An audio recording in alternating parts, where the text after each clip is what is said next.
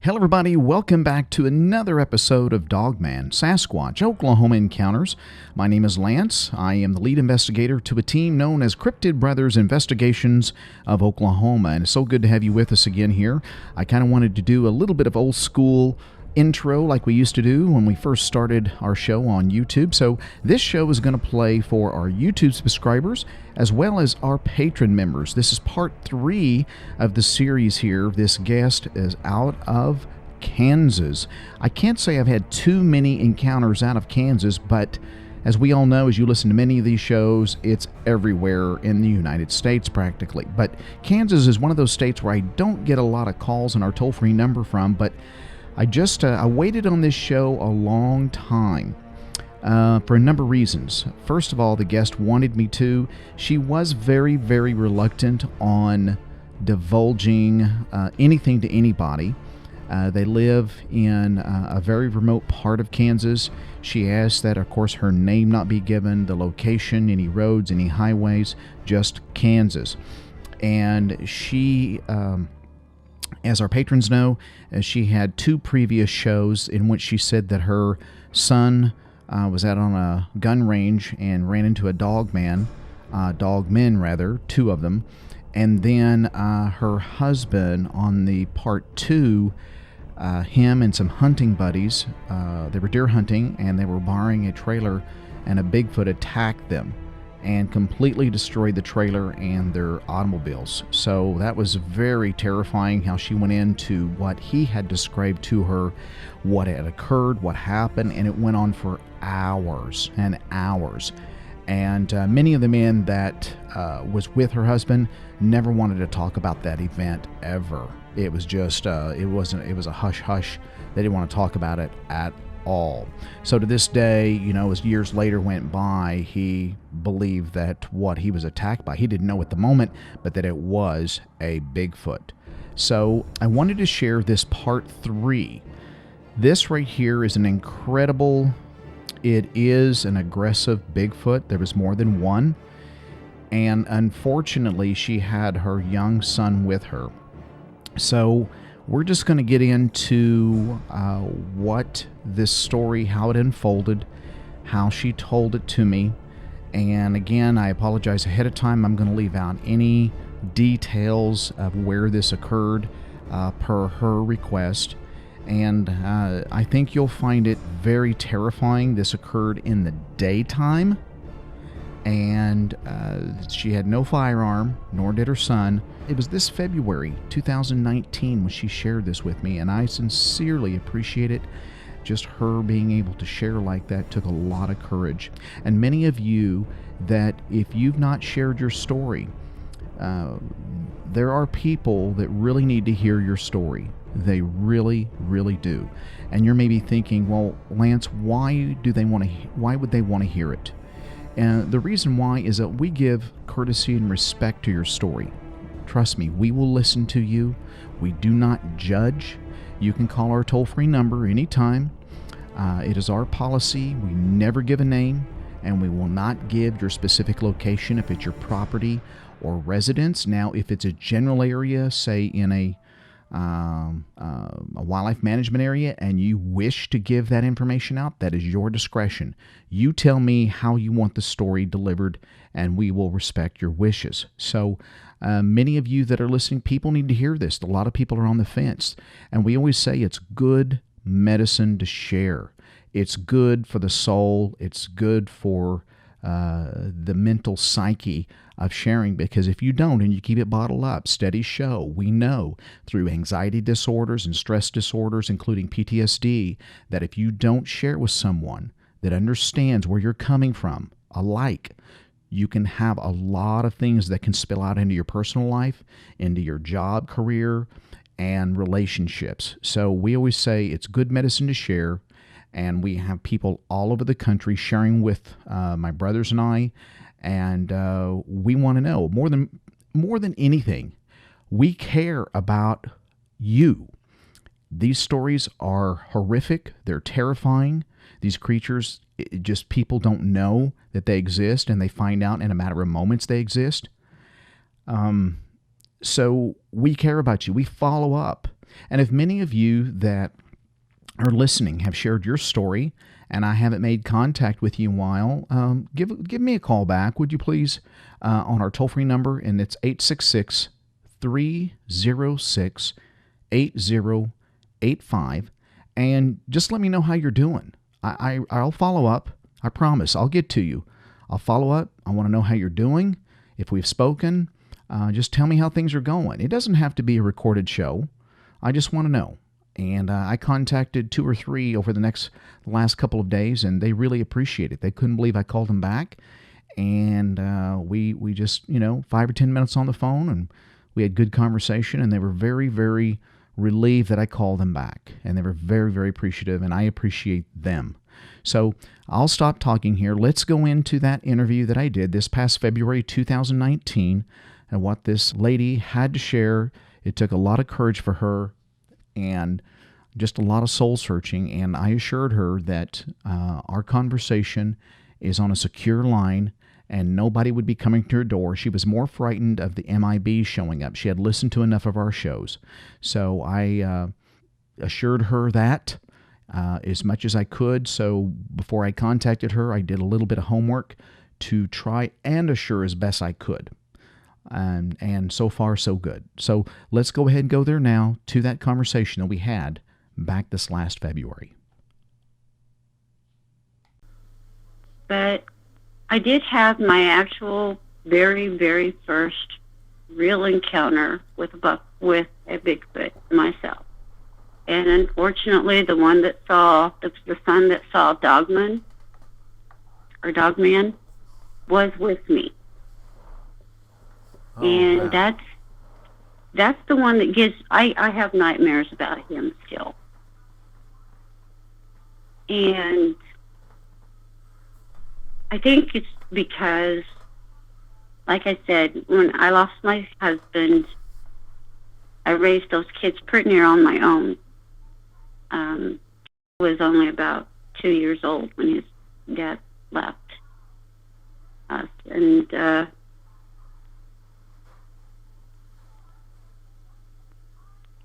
at the time when we had this encounter,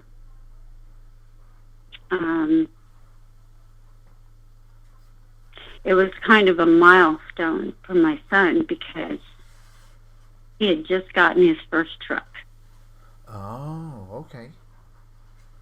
That year, and I had not had a chance to have him take his mama out for a drive. And so it was kind of a special thing because usually I'd been the one driving all the time and for a change, I was going to be the one being driven. Right. Special moment. And so we got up on a Sunday morning, and it was early August, and we decided we'd take off for a Sunday drive on the dirt roads. And I had chosen an area that I was real familiar with. It was over by, it was not far from us, and it was just a real nice drive generally. And I had chosen to go to what's called, some people call it, and there's a road that it wasn't far from us. We lived on the outskirts of town. We lived close enough to being on the outskirts of towns that we had foxes and all kinds of wild animals everywhere. We had creeks. We had a creek about a block away, several ponds not far from us, a small little natural conservationist area that we would take trails down. We'd walk over that way. It was just a couple blocks from us. And anyway, the was just gosh,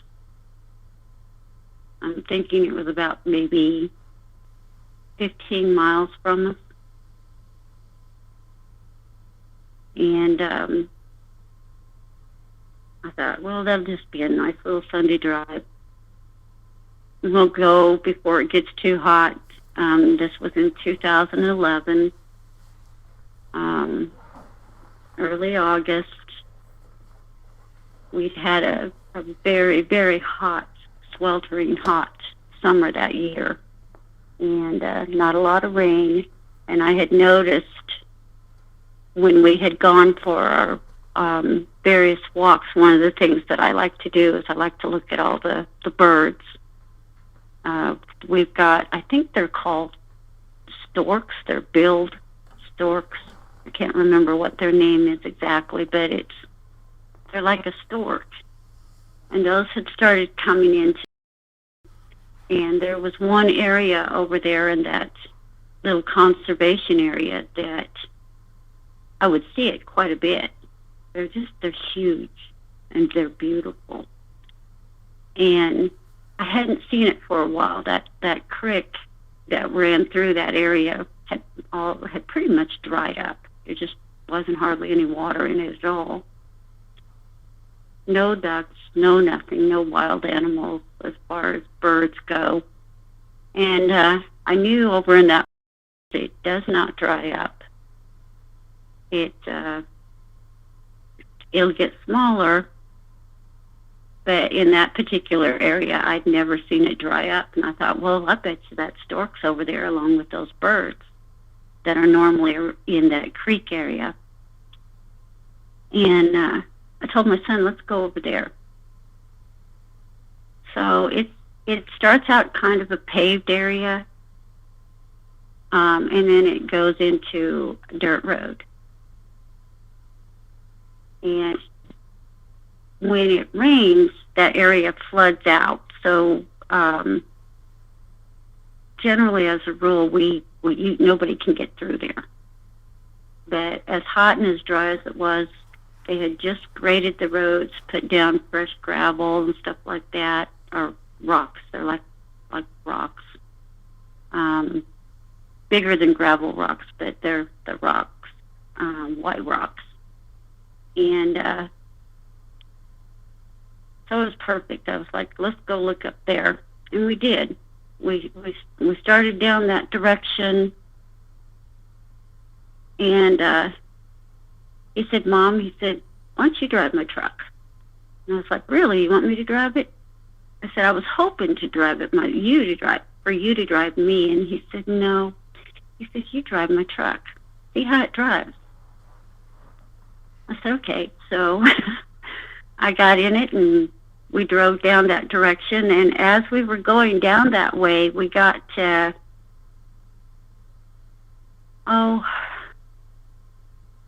maybe 2 miles from that wetlands, and there was a truck coming the opposite direction toward us, and they were moving like a bat out of hell. And I pulled completely over because they were driving erratic. And I thought at first, great, it's probably, I thought maybe it was drunks. To be honest, a lot of people drive those back roads to drink or get high. And I thought, well, it's probably what it is. And I was a little ticked. And I looked over at them, and I noticed they were wearing hunting gear. Well, it's August. What are you doing with hunting gear on? There's nothing to hunt. Not that I know of. And my son pointed out to me that the guys had in the back windows assault rifles. And he said, well, maybe they went down there and they're not supposed to, but maybe they were using it as a firing range.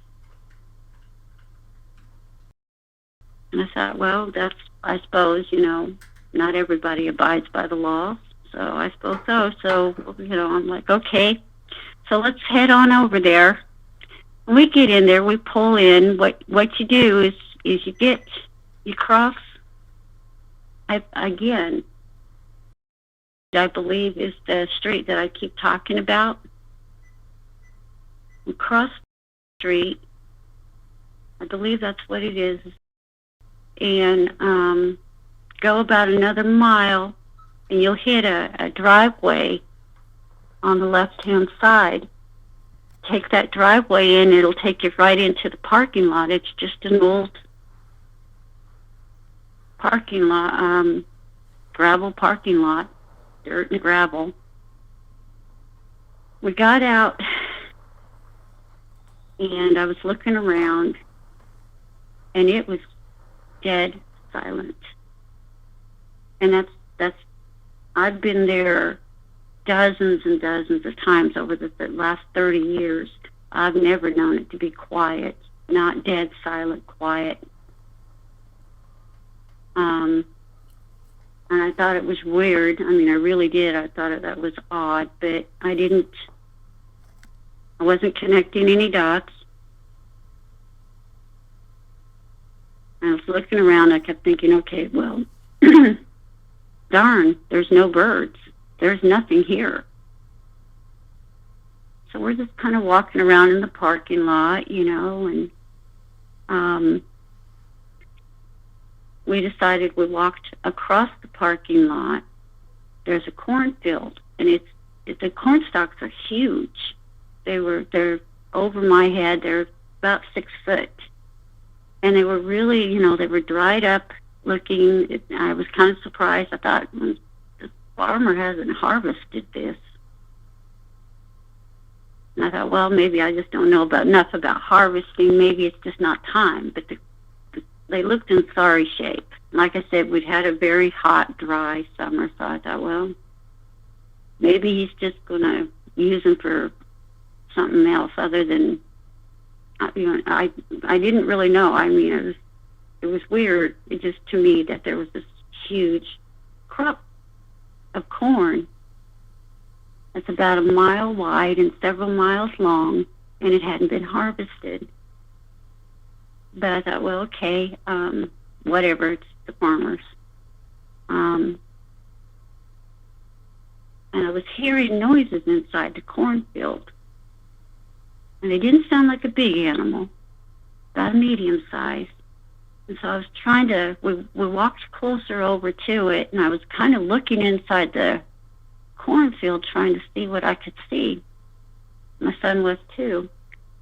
And didn't see anything, so I decided, well, there's a grassy area at the edge of the parking lot, and it kind of goes off into this grassy area. It's kind of like a little hiking trail.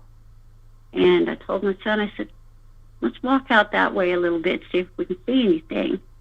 We didn't see anything, so we walked back. We didn't go very far. And I was standing there at that cornfield, still looking in at it in the parking, on the parking grounds. And I was like, well, kind of disappointed. I was like, well, I guess we better just we'll get back in the truck and go for a drive. And we turned around, and as we turned around, I heard this growl. And this growl was extremely deep. And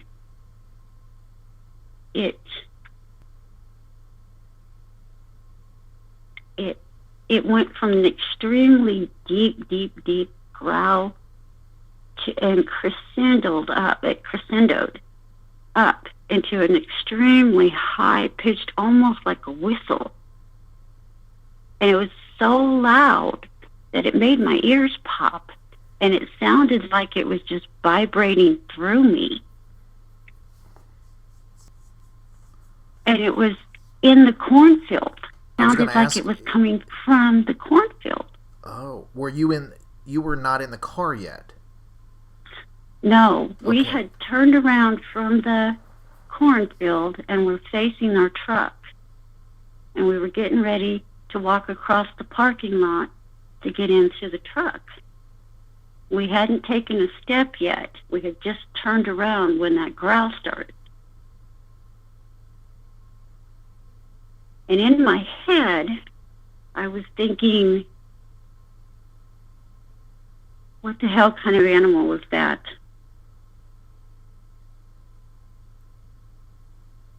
I've never heard an animal do that. That is not a bobcat. I had heard rumors and stories about mountain lions. People had spotted mountain lions.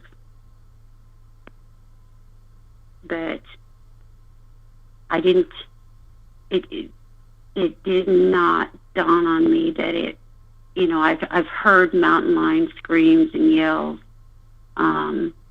listened to them on different YouTube videos, different things like that. I never heard anything like this.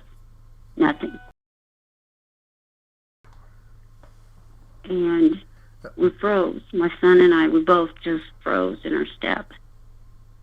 And I immediately started scanning around, and I was scanning around the cornfield and stuff like that. I was thinking, great, I have no weapons. I have nothing. I don't even have a cell phone. I have nothing.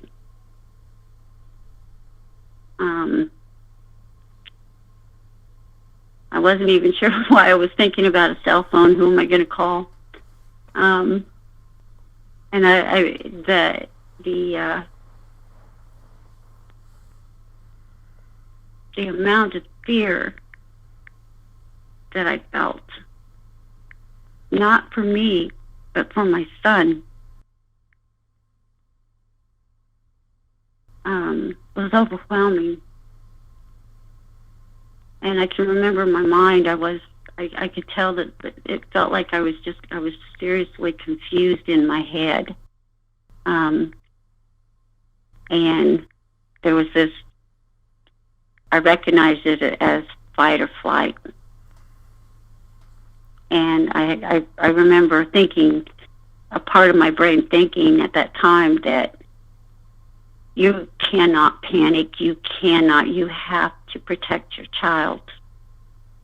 I don't know what this thing is, but it does not sound, friendly. Mm-hmm. And you have to protect your child no matter what. And I told my son, I said, you heard that, right? And I didn't look at him. I was looking around. I was scanning everything like my dad had taught me. You scan all the way around. You scan every single area. You just scan it as far back around as you can. You scan everything. And I was doing that as I was talking to him, and I was talking very quietly to him and very calmly. I said, son, we're going to walk to the truck very, very slowly, very calmly, and we're going to get in the truck. Okay? I said, do not run. I said, take a deep breath, relax, and let's start walking. And he did. And he said, what was that? And I said, keep your voice down. I said, right now, we're just going to concentrate on, I want you to walk to that truck. I said, son, I said, if anything happens, I said, I want you to get to that truck. Get in that truck and go get help. I said, do not worry about me.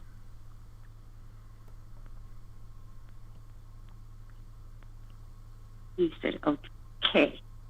And his voice was cracked a little bit there because I mean, that's when he knew that this is really bad. This is really bad. Well, as I was scanning and talking to him, I noticed on my right-hand side, across the road, there was something very large and very black on the side of the road across across the road on the side of the road. And there was I don't know what it was. It looked like somebody, like they had been doing construction and stuff, and there was like a huge mound of dirt that was probably about 3 or 4 feet wide. It came up to about maybe 7 feet high on the south side, and then it crescendoed. It basically got smaller and smaller as you went over toward the driveway of the entryway of the parking lot. And I was at an angle where I could see that thing very clearly at that time. I had not, the truck was parked to where once we got to the truck, there would be no way of seeing that as we got closer to the truck. But at that point, I could clearly see this thing. And it was huge, whatever it was. It was not moving at that point in time. And I just kept watching it because I knew it had not been there when we pulled in. And I told my son, I said, do you see, there's a sign there. It tells you this is the, it tells you about hunting season. They use this area to hunt.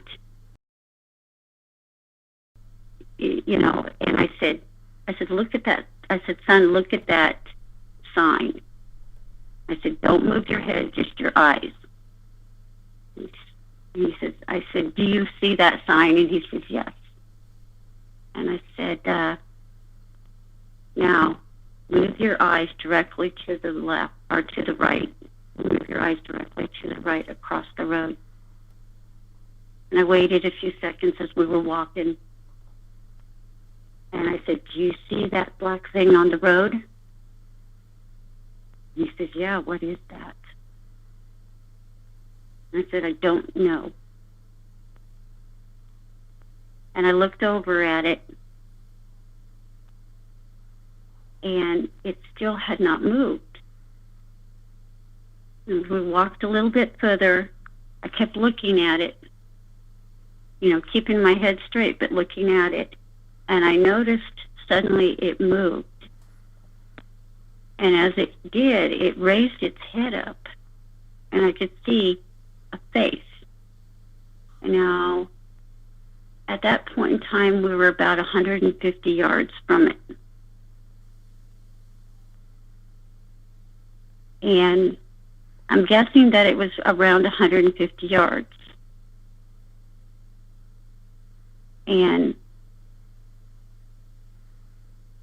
I could see, what I could see was just a black face. I couldn't see anything else at that point in time. I was too far away. It had moved its arm, its left arm, and it was just basically all black. Everything on it was black. And I got to looking, I was paying really, really close attention, and I could see its hands. And it had hands. It did not have claws or anything like that. It had hands. There was hair covering up to, the top part of the hand, but the fingers were black on the top. The palms, on the other hand, I could see the fingers and the palms of the fingers on the other side. They were lighter skinned. They were much lighter skinned, almost like a gray.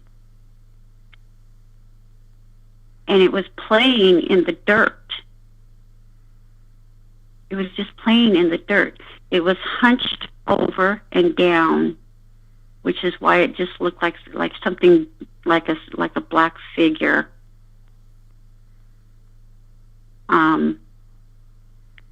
But then when it moved its head and and I could see its arm and its hands and stuff. I could see that it was playing in the dirt, and I still had no idea what this thing was. My thoughts at that point in time was, wait a minute, we got a bunch of college kids out here playing a prank. Is this a prank?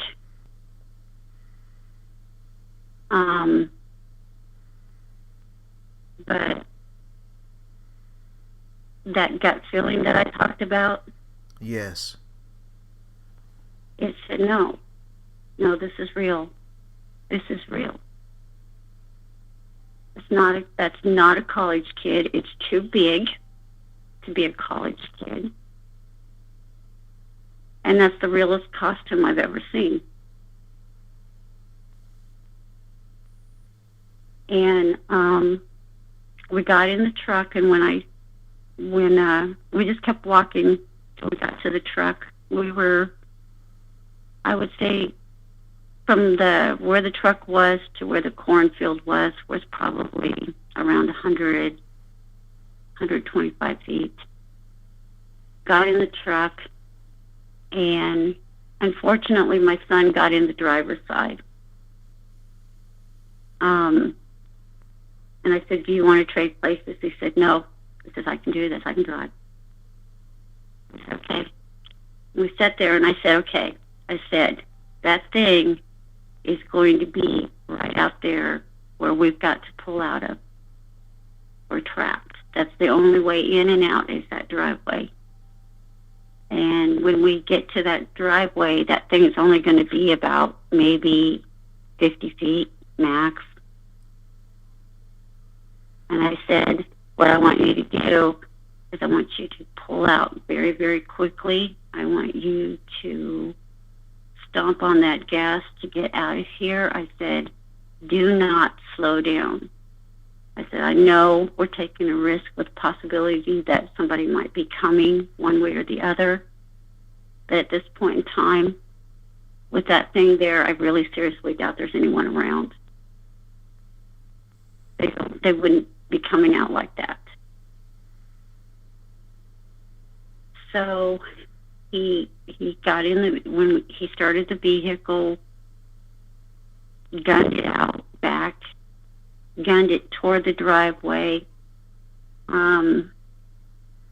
He did hesitate a little bit, and as he was heading toward that driveway, because he was gonna slow down a little bit to check the road. And as he did so, I saw that creature was more like about 10 feet and trying to reach for the truck. Oh, man. And I could clearly see its face at that point in time. And I could see its height at that time. When I was 150 feet away, I couldn't really see how big it was. I could see that it was huge, but I couldn't really see how big.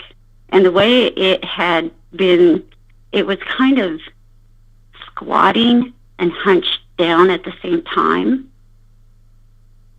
Like the upper body was down, facing down, like looking at the dirt. Yes. And I really couldn't estimate the height at that point in time.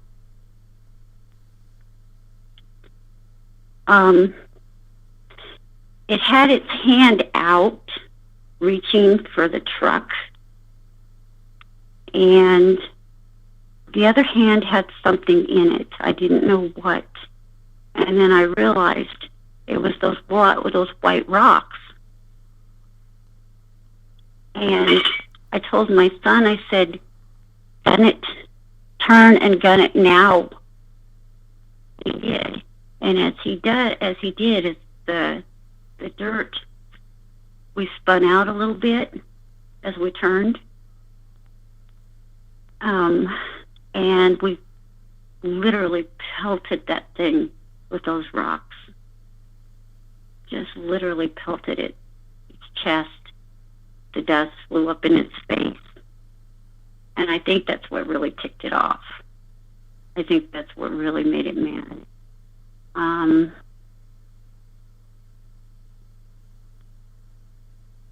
this creature was about 10 feet tall. Wow. He was 10 feet tall. Wow. I knew he was big, by the way. I mean, he was bigger than a deer. I could tell that. He looked like he was about the size of a bull. You know, and at first I thought, when I first saw it, I kept thinking, it's so black, it reminds me of the black bulls I used to see out in the fields. And I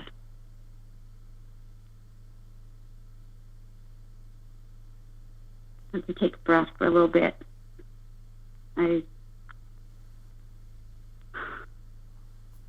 That's okay.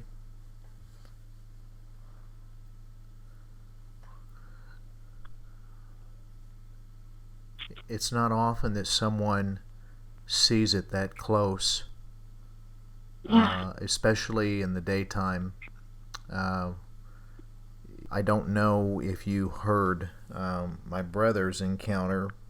I won't get into it all right now, but I'll just say this. It changed his life. He had an encounter with a close friend of his. Basically, this thing came running after their truck, reaching out, trying to grab the tailgate of the truck. And my brother had a .357 Magnum pointing at it. Yeah. And it changed his life, which changed my life, which basically that's one of the reasons why we started this show, is because of that moment that just completely changed his life. His buddy didn't ever want to talk about it again, did not want to go back. It was just a defining moment for my brother, for sure. Took him 2 years to tell me. Well, and that's the whole thing. I didn't see it for a little bit because I turned to say something to my son. I said, once he turned, and he got control of the truck again, I said, floor as fast as you can, but do it safely. I said, do it safely.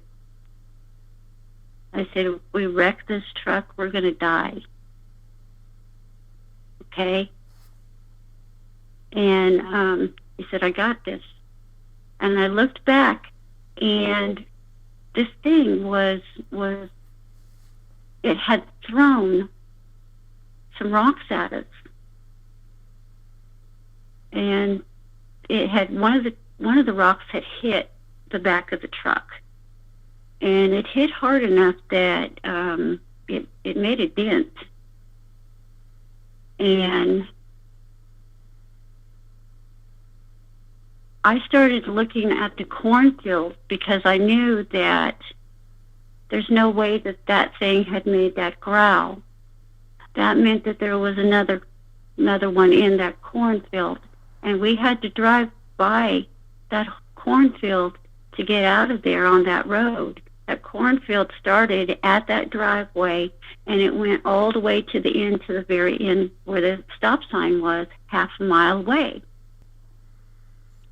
So I was worried about that. I was watching that cornfield, and when I turned back around, I said something to my son, and he said, "Mom," he said, that thing's still following us. And I looked back, and it was actually it was on all fours, running at us.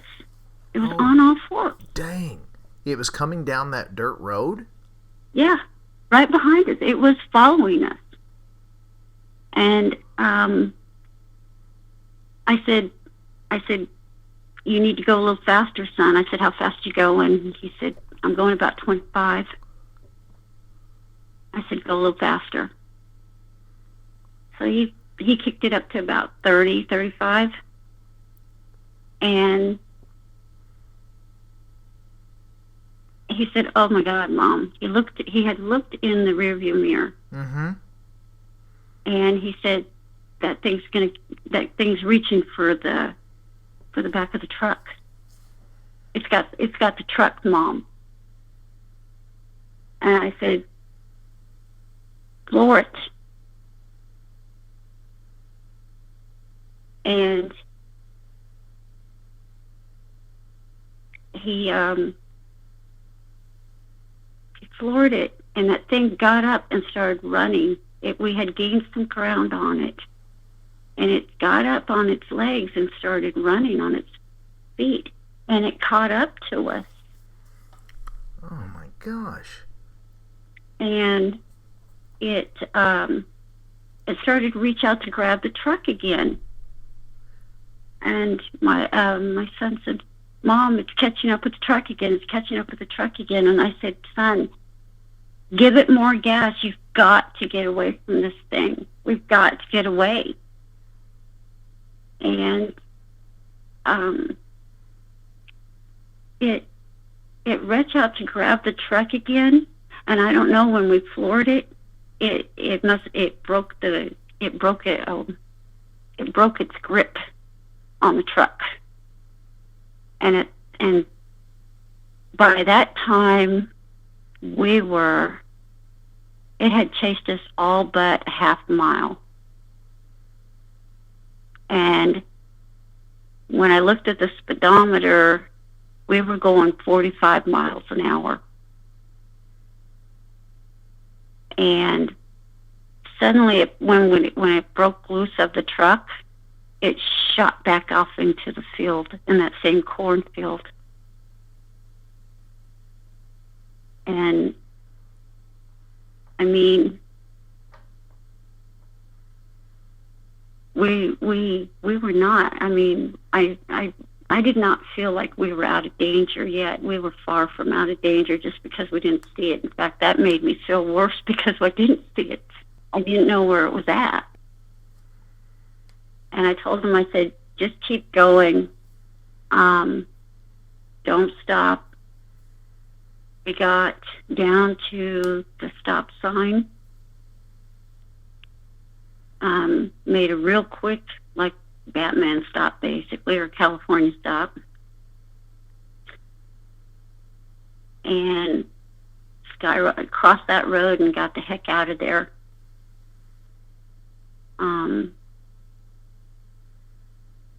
then we went home, and we didn't say anything to each other the whole way home. I mean, it wasn't that far away anyway, but we didn't say a word to each other. When we got home, I asked my son, I said, are you all right? He said, yeah. He says, what was that? And I said, son, I think that was a Bigfoot. I don't know, but I think that was a Bigfoot. I said, I'm going to go in the house and I'm going to look and see if,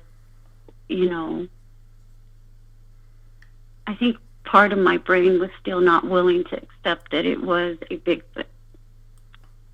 Because I kept thinking, no, there's no way that had to have been a bear. That had to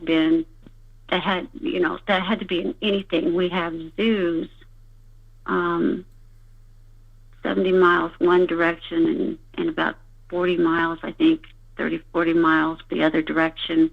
Maybe one of their animals got loose. Maybe there's a circus somewhere. We've had circuses come through various times. Maybe one of their animals got loose. So I'm on the internet looking, checking, trying to find anything that makes sense in my head. Mm-hmm. And there wasn't anything. There was nothing out there nothing.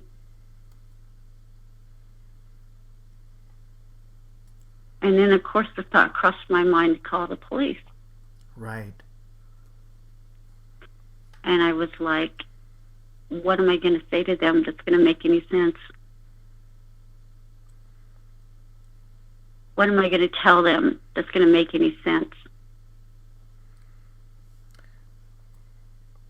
Nothing. Really. Yeah. No crime Nothing. No crime was committed, no laws were broke, nothing was stolen. I mean, that's outside of that, you're just reporting what? Yeah, what am I using to go You know, for? there's no such thing as the Bigfoot Police or Cryptid Police, right? So Yeah. that's why I tell people, and I'm very serious when I say this. And it doesn't mean that I don't have profound respect for our law enforcement or the Department of Natural Resources or game wardens. I have the utmost respect for them. But when I tell people, when you make a call to these departments, that gets the ball rolling, and they have a special number that they don't talk about, but they will call, and you will have federal people coming in that area, and that area will be closed off in hours. And you will be talked to for hours to never say a word about this. And they'll monitor your phones, your computers. They'll follow you when you don't think anyone's following you. They'll monitor when you grocery shop. It sounds very bizarre. It sounds very Hollywood movie-ish, so to speak. But this is real. And these creatures are real. And they do this because they've been doing this for years to cover up these real creatures that roam across America. And they're involved in other creature sightings that aren't a Bigfoot, that aren't a Dogman creature either. Their job is top secrecy, and they withhold the truth from the public in fear of panic and in fear of revenue, massive revenue loss in certain aspects of our society. If people knew what existed out there, how many people would stop fishing, stop hunting, stop visiting national parks and wetlands, stop buying... That's the reason why for years I did not talk to anyone. I had one person that was from Northern California that is a friend of mine, and I talked to them, told them what happened. He's a retired Navy officer. And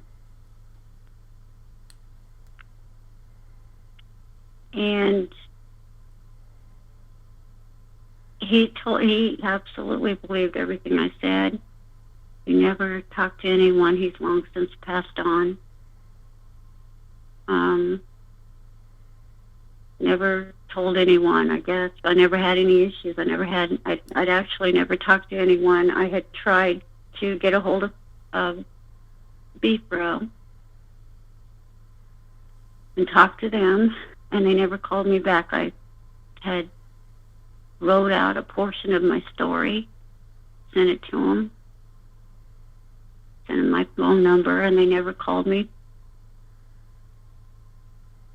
And then I got, what was it? I don't think it was last year. I think the year before, I had a Finding Bigfoot Facebook page that they put out. And I told a portion of my story then, and I was shaking so bad. Apparently, I was not really ready to sit down and talk to people and discuss this, because I got about a portion of it out, and I just stopped. Couldn't do it. And then I had nightmares. I still occasionally have nightmares. There's I don't know what you want to call it, but it has something to do with parenting. I felt guilty for having put my son in that position. There was a guilt.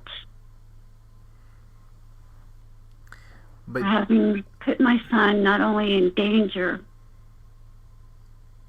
not that I did it on purpose, I didn't, and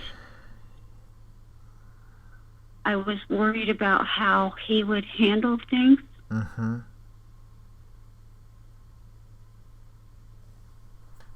because I knew how it was messing with me. And I worried about him. And the truth of the matter was that once we got in and I asked him if he was okay, he went to his room, he shut the door, and he didn't talk to anybody. So I got off the computer, and I went out and I tried to talk to him, and I was talking to him outside the room, and he was like, "I'm fine, Mom. I just need to rest. I don't feel well. I feel sick."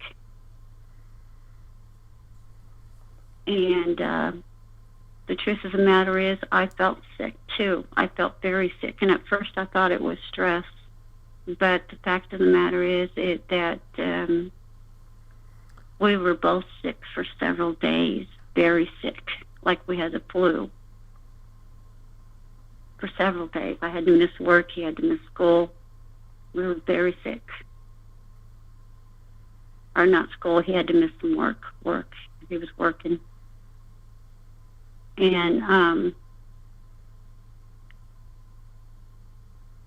we got to feeling a little better.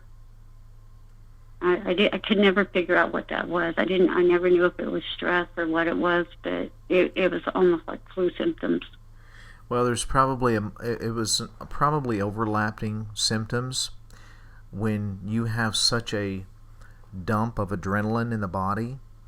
Not only is it exhausting after, but it creates an extreme amount of fatigue and exhaustion later, once everything wears off.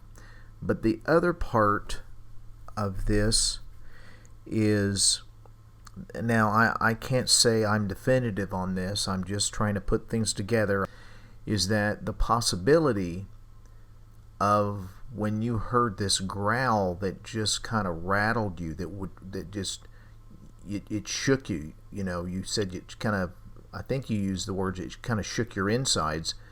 Yeah, well, when I heard that growl, there was something that was, it was like for a little bit there, my mind was blocked. I mean, there was a state of confusion, like, and I really did. I've never been real sure if that was fight or flight or if there was something else going on there, because I've never experienced that.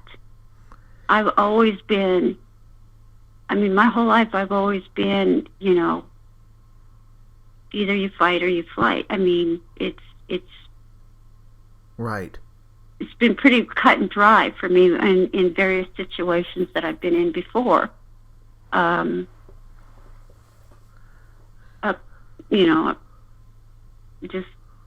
Just different things that have happened, as far as being a woman, working nights, being alone. I'm not a very big woman. I'm only 5'6" and about 120 pounds, so. Right. I've been in situations where I've had to be in dark parking lots and dark alleys and, trying to get to my car after work. There's that fight or flight there that happens when you hear a noise, when you hear something. Right. Or you see someone in that dark. So yeah, I've always been pretty much no nonsense about things on that. As far as, but this was confusing. It was like something was really trying to confuse me.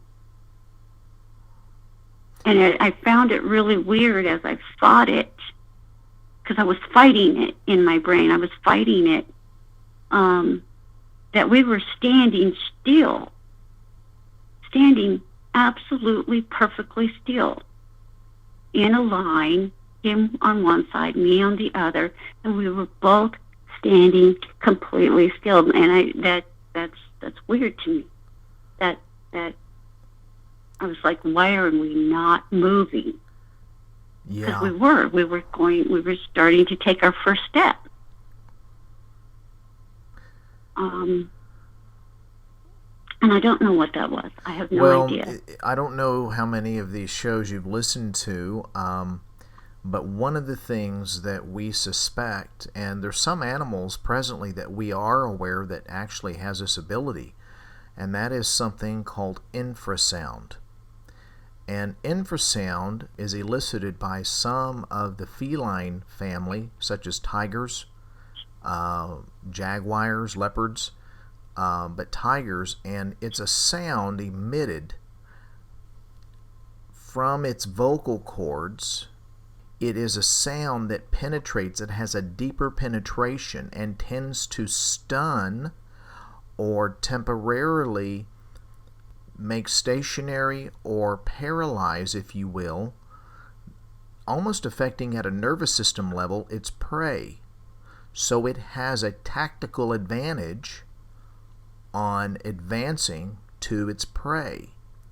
Well, more than one occasion, multiple occasions on different shows, including ours, have we interviewed people, have people brought up the fact that they would have sound go almost penetrate deep inside their guts to their, they could feel it. And it confused them, and they don't know why. They were just either standing there or not thinking at a level like, hurry up, let's go. And they became nauseous. So I think it's possible here that not only had you had all this adrenaline going, but you both were in shock because of what happened. That's another factor. So you have adrenaline dump, you're in shock, and then the possibility of this infrasound directed at both of you could be the reason why you both were so ill. Because after it was said and done and things calmed down, and this infrasound being directed at you, that could be a plausible explanation. It very well could be. Well, I can tell you that one of the things that kind of brought me to was my ears popped and started ringing. As if when I hit those higher notes, there must have been notes that were even higher. Whatever it was, my ears popped and they started ringing. And that's actually kind of what brought me out of that, because when they popped, it hurt. I felt pain. And that kind of brought me more into focus of what I needed to do and what I needed to tell my son and what we needed to do next. And I had to really fight. I mean,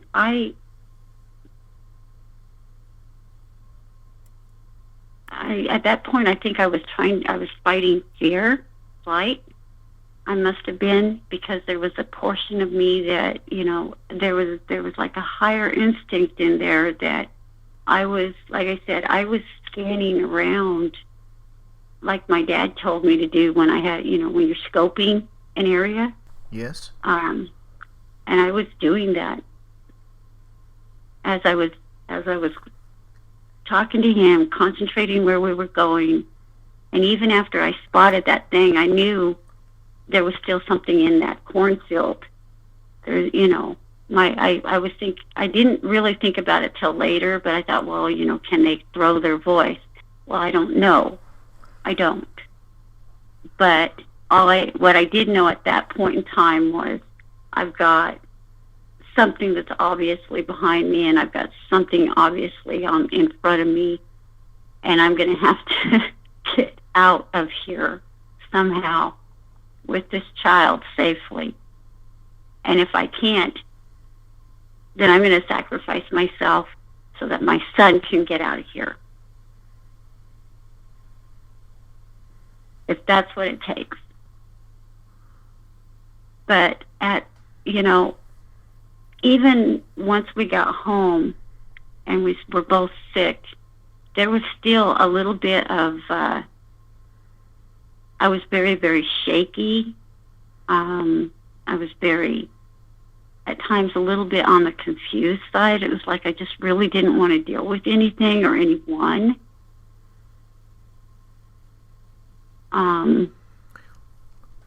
And that lasted for several days.